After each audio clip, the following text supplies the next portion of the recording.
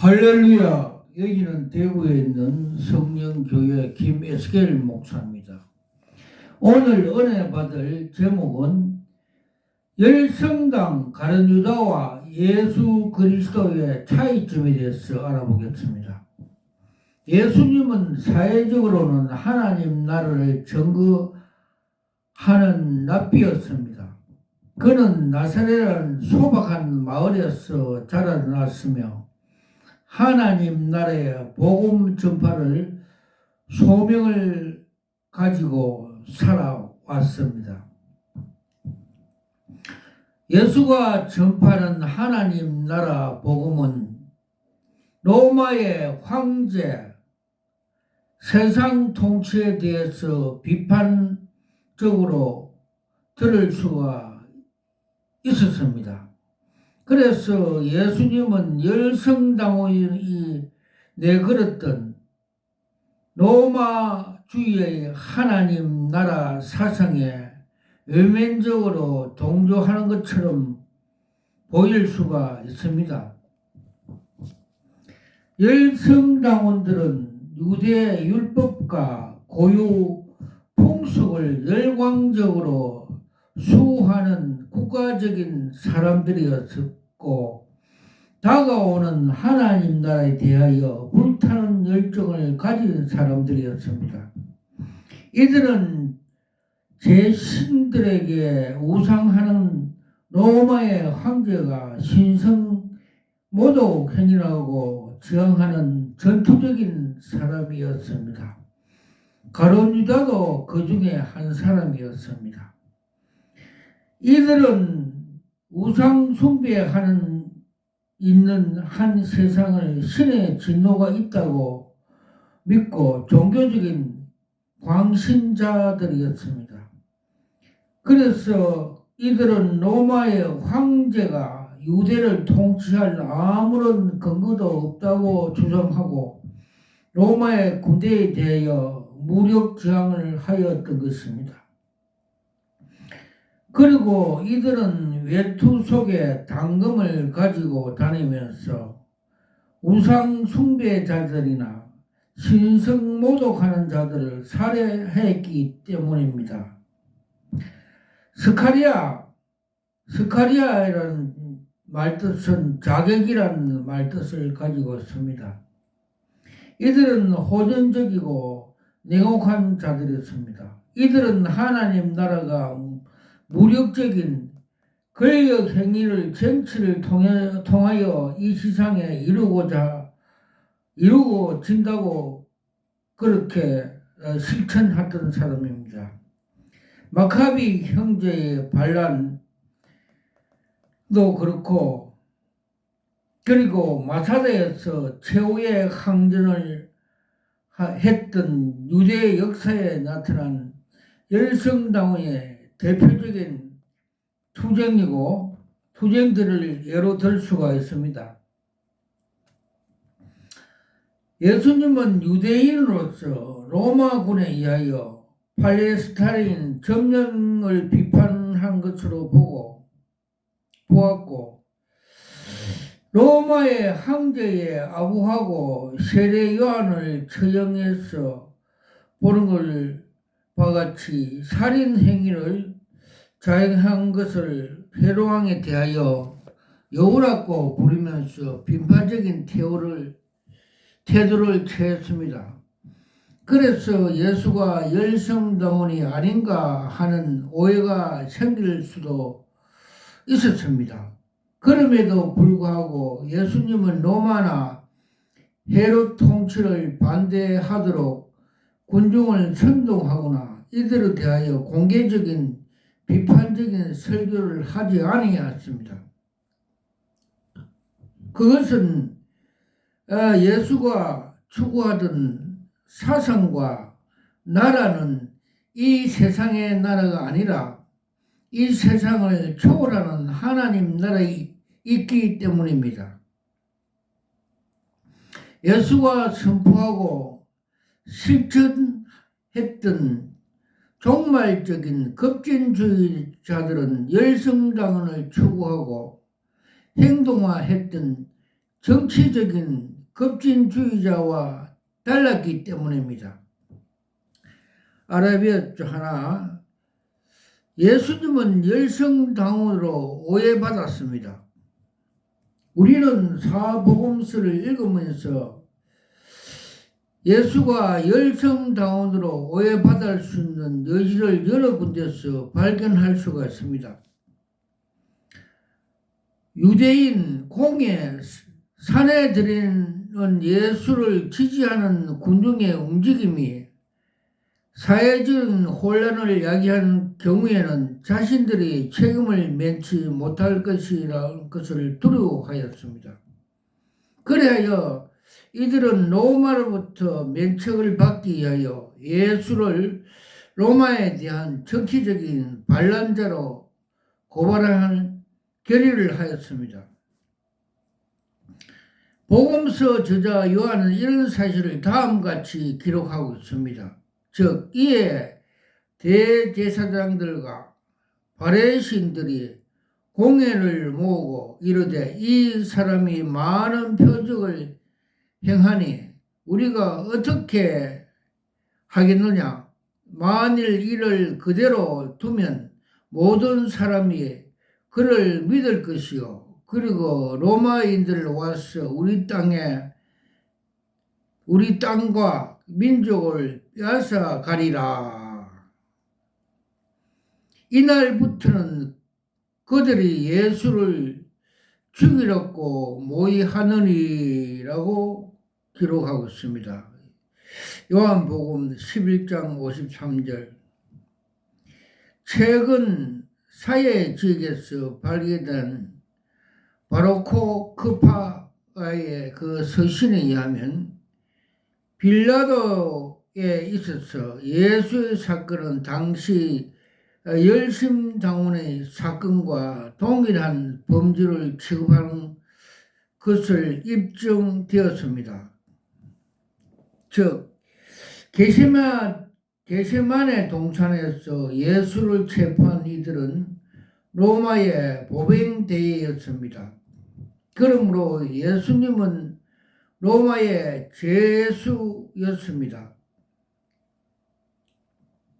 대제사장 앞에서 있었던 예비적인 신문은 빌라도가 유대인의 감정을 상하지 않기 위하여 도덕적인 신문을 하였습니다. 실질적인 재판은 빌라도 앞에서 행해졌습니다. 예수님은 재판에 정치적인 재판이었습니다. 도덕적인 책임은 대제사장에게 속하며 법적인 책임은 빌라도에게 속하였던 것입니다. 그러므로 예수님은 당시 스데반처럼 돌로 쳐 죽이는 유대인의 처형 방식으로 처형되지 않고 십자가에 달리는 로마의 사형 방식으로 처형당한 것이었습니다. 그리하여 예수님은 십자가에 써붙인 제목의 명패에 즉 유대인의 왕 나사렛 예수라는 유대인에 대한 반역, 즉 로마 지배를 받는 이스라엘에서 왕의 통치를 기도한 열성당은 반역으로 명시되었습니다. 그러나 예수님은 열성당원으로 고발되어 처형되었다는 사실 때문에 그가 열성당원이었다고 간주할 수는 없습니다. 유대인들과 이방인들은 예수가 지난 하나님의 나라를 대하여 종말적인 이해의 본질을 이해하지 못하였으며 이해할 수도 없었습니다. 예수님의 행동은 열성당원을 크게 실망시켰으며 이같이 실망한 가룟 유다가 스승을 배반하는 데 큰 역할을 한 것으로 보여집니다. 마가의 기록에 의하면 예수가 체포될 당시 열성당원이었던 바라바도 체포되었습니다. 이 바라바는 밀란을 꾸미고 또 이 밀란을 살해하고 포박된 자이라고 성경은 가르쳐 줍니다.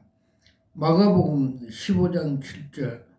그런데 군중들의 요구에 의하면 바라바는 노함을 당하고 예수님은 십자가에 처형당하였습니다. 예수님은 십자가에 달리기 전 앞으로 예루살렘에 다가올 민족의 재난에 대하여 예언하였습니다. 복음서 기자 누가는 이렇게 기록하고 있습니다. 즉 예수께서 돌이켜 그들을 향하여 이르시되 예루살렘의 딸들아 나를 위해서 울지 말고 너희와 자녀를 위해서 울어라 하시고 또 그들이 푸른 나무에도 이같이 하거든 마른 나무에는 어떻게 되리요 하시니라. 누가복음 23장 31절. 그들이는 자기를 처형에 처한 로마 병증을 가리키고 있습니다. 이 구절에서 푸른 나무란 예수님은 자신을 가리키고 마른 나무란 열성당원을 가리키고 있습니다. 이 말씀의 뜻은 열성당원이 아닐 뿐만 아니라 열성당에 대하여 경고를 하지 않았던 예수님 자신도 이렇게 처형당하는데 진정한 열성당원에게는 어떻게 되겠느냐, 어떻게 하겠는가를 가라는 뜻입니다. 즉 이것은 40년 후에 유대 열성당원이 반란을 일으켜 로마에 대하여 전면적인 전쟁을 하게 되고 밀란을 하게 되고 그리고 로마가 최종 승리를 할 것을 대한 역사적인 예수님의 마지막 예언하였습니다. 이 예언은 추후 70년 로마 장군 디도가 이끄는 로마 군대가 예루살렘을 함락하고 성전을 유린하고 유대 나라가 역사에서 사라짐으로써 이루어졌던 예수님의 예언의 말씀이 그대로 성취된 것입니다. 두 번째, 평화주의자였던 예수 그리스도. 예수님은 열성당원으로 오해받을 수가 있으나 그는 전혀 열성당원이 아니었습니다. 예수님은 평화주의자였습니다. 예수님은 열성당에 가담하지 아니하였습니다. 그들의 수단과 목적이 예수님을 그것과는 전혀 달랐기 때문입니다. 예수는 로마 황제나 헤롯 왕에 대하여 군중들이 반란을 깨하도록 설교도 하지 아니했습니다. 어떻게 형태의 폭력도 반대하였습니다. 겟세마네 동산에서 기도하신 후에 예수님은 대제사장과 백성 장로들을 보내어 큰 무리 로마 보병대에 의하여 체포되었습니다. 이들은 예수님을 잡으려고 칼과 뭉치를 들고 왔다고 하였습니다. 이들이 예수를 잡으려고 하자 제자 중에 하나가 검을 깨어내어 대제사장 종 쳐서 길을 떨어뜨렸습니다. 이에 예수님께서 이르셨습니다. 즉, 너 칼을 도로 칼집에 꽂아라. 칼을 가진 자는 다 칼로 망하니라. 예수님은 폭력을 사용하지 말 것을 천명하였습니다. 이러한 예수님의 말씀은 거의 제자들의 수가 적어 싸우기로 불리했기 때문이 아니라 예수님은 이렇게 말씀하였습니다. 너는 내가 내 아버지께서 구하여 12군단 더 되는 천사를 보내시기 할 수 있는 줄 아니라. 즉 12군단을 보내가지고 상대방을 물리칠 수 있다고 말씀하셨습니다. 예수님은 자신도 원한다면 충분히 병력을 사용할 수 있다는 것을 시사하고 있습니다. 예수님은 순수히 체포에 응했습니다. 그러면서 그는 그들에게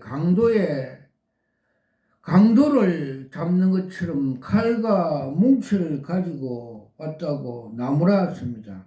즉, 너희가 강도를 잡는 것 같이 칼과 뭉치를 가지고 나를 잡으려 왔느냐고 하였습니다. 내가 날마다 성전에 앉아 가르치는데 너희가 나를 잡지 아니하였도다고 하였습니다.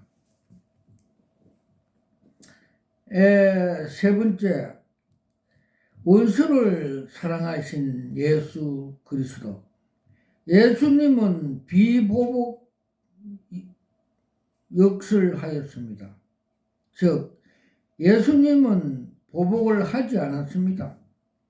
예수님은 전통적으로 내려오는 탈리오의 법칙에 반하여 자신의 독특한 비보복의 원리를 가르쳐 주었습니다. 즉, 또 눈은 눈으로 이는 이로 갚으라 하였다고 하는 것은 너희가 들었으나 나는 너희에게 이르노니 약한 자를 대적하지 말라. 누구든지 너 오른편 뺨을 때리거든 왼편을 대며 또 너를 고발하여 속옷을 가지고자 하는 자에게 겉옷까지 가지라고 하며, 예수님은 더욱더 적극적으로 원수에 대한 사랑의 윤리를 가르쳐 주셨습니다. 즉, 또 너 이웃을 사랑하고 너 원수를 미워하지 말라고 하였던 것은 우리가 다 들은 일이라고 하였습니다. 나는 너희에게 이르노니 너희 원수를 사랑하며 너희를 박해하는 자를 위하여 기도하라고 하였습니다. 원수를 미워 말라는 계명은 그의 구약에는 없었습니다. 그러나 예수님 시대에 유대 내부의 당파 싸움에서 비로소 그러한 계명이 나타났습니다. 콤난 문수에는 모든 빛의 이들이 사랑하고 모든 어두운 자식들은 미워하라는 요구가 나옵니다. 예수님은 동시대의 가르침을 넘어서서 자신의 독특한 사랑의 계명을 가르쳐 주셨습니다. 사랑할 때 비로소 하나님의 딸이 된다고 가르쳐 주셨습니다. 즉, 이와 같이 한쪽 하늘에 계신 너희 아버지 아들이 되리니 이는 하나님이 그 해를 악과 선에게 비추어 주시며 비를 의로운 자와 불의한 자에게 내려 주심이라고 하였습니다. 이러한 예수님은 비보복과 사랑의 윤리는 당시 유대교 전통에서 찾아볼 수 없고 역사적인 예수님에서만 찾아볼 수 있는 유일한 특징이었습니다. 네 번째, 사회 정치 문제 해결사가 되기를 거절한 예수 그리스도. 예수님은 로마 황제에 대한 세금을 내는 것을 인정하였고 하나님께서 드리는 성전세도 내라는 걸 인정하였습니다.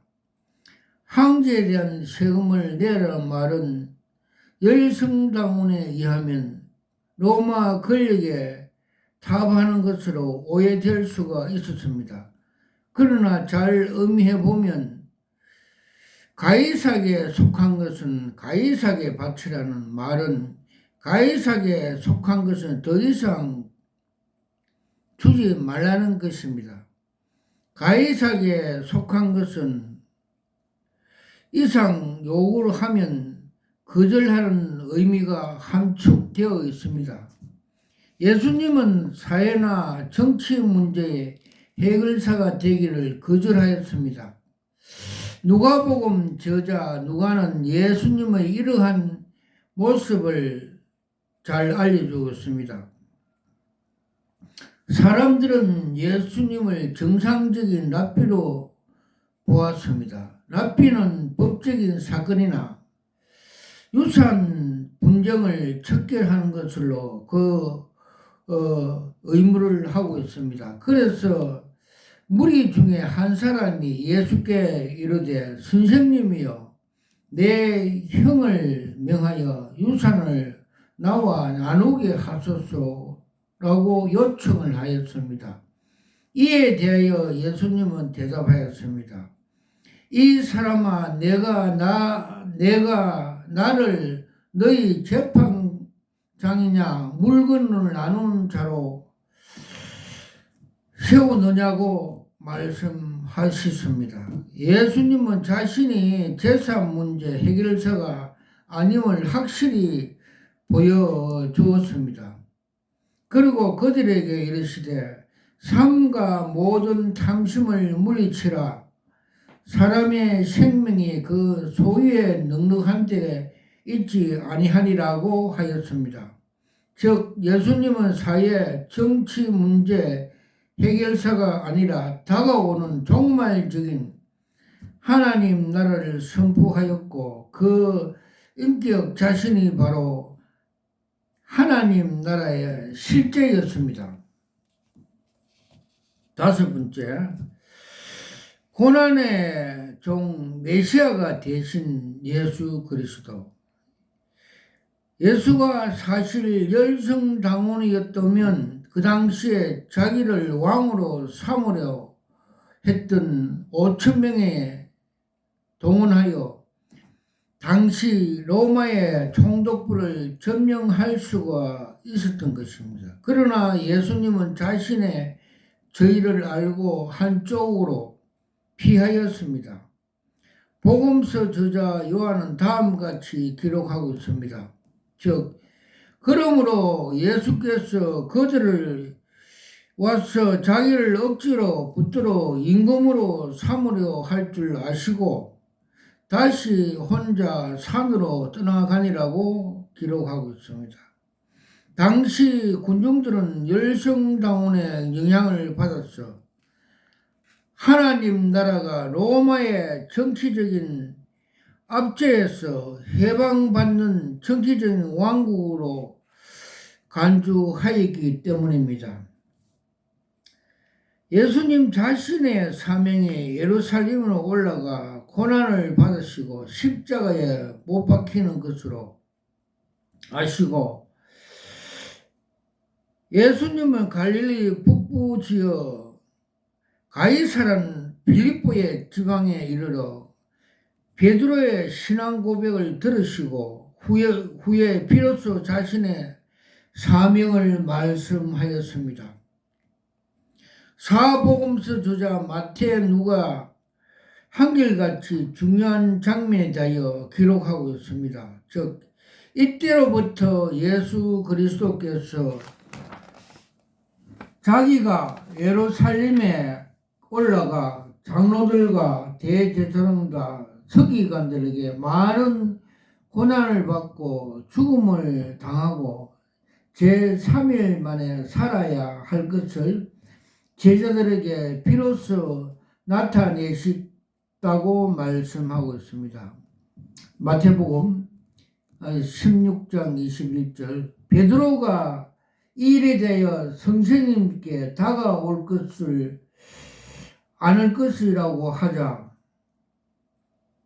예수님께서는 사탄아 물러가라 말씀하시면서 그의 사역은 제자들이 이해하는 정치적인 유대 왕국 회복이 아니었음을 단호하게 표명하였습니다. 베드로는 예수를 정치적인 메시아라고 생각하고 있었던 것입니다. 예수님은 열정당원이 아니었습니다. 만일 예수가 열정당원이었다면 즉 가이사에게 세금을 바치는 것을 옳으니까 옳지 않으니까 하고 유대 바레신과 헤롯 왕 당원들의 질문에 대하여 단호히 아니라고 대답을 하였을 것입니다. 그런데 예수님은 가이사에게 속한 것으로 인정함으로써 자신의 입장과 열정당원의 입장을 분명히 구분하였습니다. 그럼에도 예수님은 열정당원의 실망시켰던 것입니다. 예수님은 명료하게 메시아적인 의식을 가졌습니다. 그러나 그의 메시아적인 사명은 정치적으로 왕이 되려는 영광의 메시아가 아니라 인류의 죄를 대속하기 위하여 희생 제물이 되었던 것입니다. 그는 고난의 종으로서 그의 메시아적 사명을 각성하고 계셨습니다. 이 사명의 구체적인 수행과 그의 인격 안에서 하나님 나라는 현존하고 있습니다. 미래에서 다가오는 하나님 나라는 이미 나사로 예수 그리스도 안에서 현재가 되고 가고 있고 될 것입니다. 그래서 우리 하나님은 알파와 오메가시고 영원한 하나님 나라를 이루시길 원하십니다. 할렐루야. 저는 목사 안수받을 때 무릎 꿇고 두 손으로 계시은사 요한계시록 2장 17절에 흰돌 계시은사를 받았습니다. 받으면서 이것이 열의 수억짜리입니다. 감탄하면서 내 영이 받는 걸 보여주셨습니다. 그리고 주님께서 에스겔 3장과 33장에 에스겔 사역을 주셨습니다. 너가 나팔을 불지 않으면 너 손에 핏값을 찾겠다 하는 사역을 주셨습니다. 그래서 주님께서 많은 계시를 보여주시고 그 계시에 대하여 장단점 하나님의 뜻을 나팔을 부르라는 사명을 주셔서 계시 사역을 하고 있습니다. 아멘 할렐루야. 그리고 그 계시 사역 중에 큼직큼직한 걸 다음같이 말씀드리겠습니다. 2013년 부산서 종교다원주의 WCC 세계 총회할 때 주님께서 그 정체성을 보여주셨습니다. 큰 올림픽 같은 경기장에 선수 입장하는데 그 선두에는 검정색 거리하운드 사냥개가 먼저 가고 그 뒤를 따라 한국교회 대표 교도장들이 따라가고 또 그 뒤에 세계적인 종교 잡종 그 종교인들이 따라가고 있으며 선수 입장하는 걸 그 환경을 계시로 보여주십니다. 그때 주님께서 세밀한 소리로 세밀한 음성으로 저 사냥개 WCC 종교다원주의를 따라가면 너 영원히 사냥당한다고 말씀해 주셨습니다. 그래서 우리 주님은 진노하시면서 그에 따라가면 너 영원히 지옥 간다는 말씀을 주셨습니다. 그래서 저도 막으러 갔습니다. 또 그리고 주님께서 한국교회 타락과 부패상을 말씀으로 계시로 보여줬습니다. 즉 너희들의 대형교회는 주식회사다. 저기는 교회가 아니고 세상적인 돈벌이하는 공장이라고 상징적으로 보여줬습니다. 그 주식회사 정문에는 많은 꽃과 나무들이 비닐로 덮어갖고 하늘의 생명의 말씀을 먹지 못하게 되어 그 속에서 곰팡이 피어 떠 죽는 걸 보여줬고 그 밑에 거리투기가 있는 걸 또 보여주셨습니다. 그리고 맹일동에 있는 세속하는 대형교회 그 정체성도 보여주셨습니다. 큰 저수지에 한때는 물이 많았는데 이제는 물이 고갈되어 가고 또 그 저수지 간판이 처음에는 명확하게 되어 있는데 지금은 삭제되는 걸 보여주셨습니다. 정말해서 요한계시록에 나오는 사태교회처럼 살았다 하는 이름을 가졌으나 죽은 교회다 하면서 상징적으로 보여주셨고 또 북한에 세습하는 김정은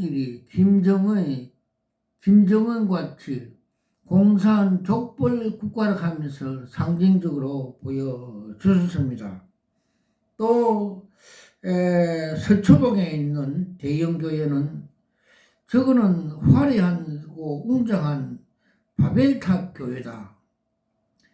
즉 그걸 사람들의 우상화하고 있다.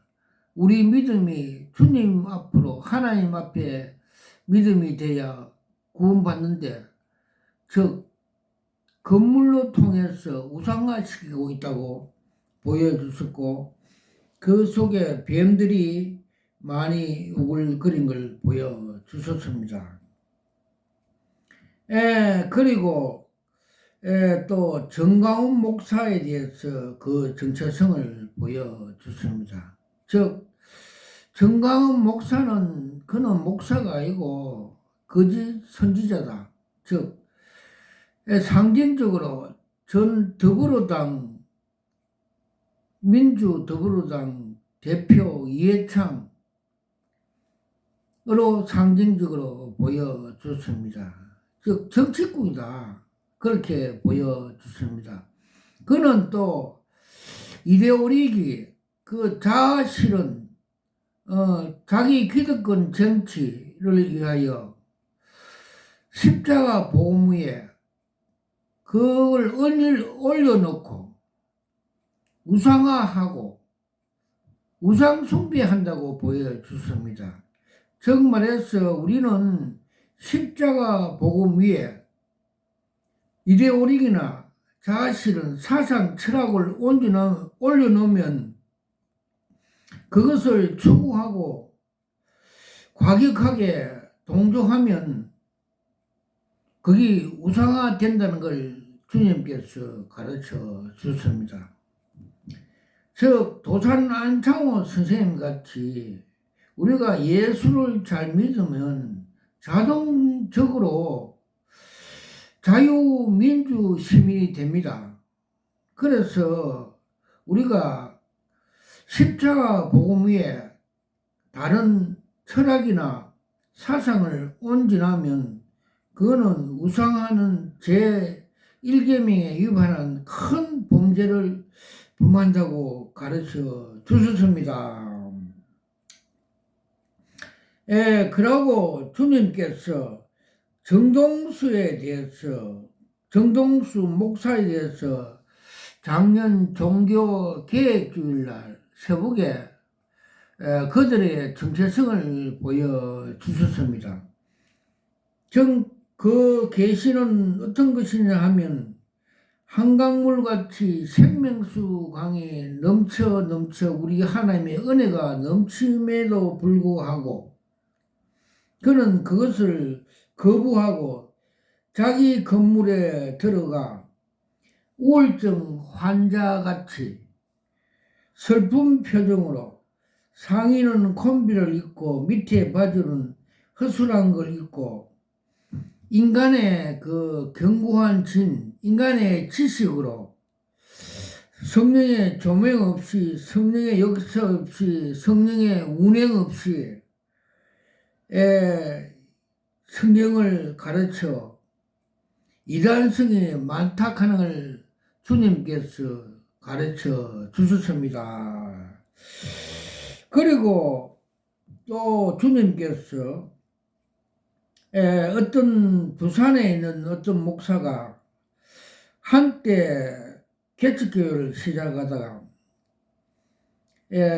신천지 어떤 여자가 들어왔고 많은 사람들을 데리고 나가버려서 신천지가 어떤 것을 배우기 위하여 신천지 그 복음방에 가서 6단계까지 교육을 받고 와서 강의한다고 해서 우리는 모르고 그 강의에 참석하였는데 주님께서 그 영분별하여 그게 신천지 가짜라고 보여주셨습니다. 그는 주님의 계시에 의하면 그는 제사장복을 입고 앞에 12보석을 달고 강의를 한참 하다가 되돌아왔어서 바지를 내리고 엉덩이를 까고 엉덩이를 보임으로써 그의 거짓성, 가짜, 추한 것이라고 주님께서 영분별로 신천지가 가짜다, 이다이라고 가르쳐 주셨습니다. 또 주님께서 조용기 목사가 소천할 때 지옥으로 갔다고 계시로 보여주셨습니다. 그가 처음 개척교회 서울 대조동에 시작한 그 환경을 보여주셨고 그 종탑에 있는 종봉알이 땅에 떨어지는 걸 소천할 때 저의 주님께서 보여주셔서 어떤 것인가를 풀이가 안 돼서 제가 무릎을 꿇고 주님께 기도하여 주님 이게 무슨 뜻입니까? 계시를 풀어주세요. 기도를 하였습니다. 그때 주님의 계시 풀이 내용이 어떤 것이냐면 그는 십자가 도가 하나님의 능력이고 지혜인 줄 알면서도 이를 부인하여 이용하여 이생의 안목과 이생의 자랑과 정욕으로 불법으로 목회하여 마귀에 잡혀 지옥으로 떨어졌다는 걸 풀이해 주셨습니다. 그는 팍스 로마같이 세계적인 교회, 세계적인 부흥 강사, 크게 명성을 날리고 영광을 많이 받았으나 그 방법이 십자가의 도의 방법이 아니고 세상적인 불법으로 세상적인 방법으로 목회를 하여 사탄의 포로, 사탄의 앞잡이, 사탄의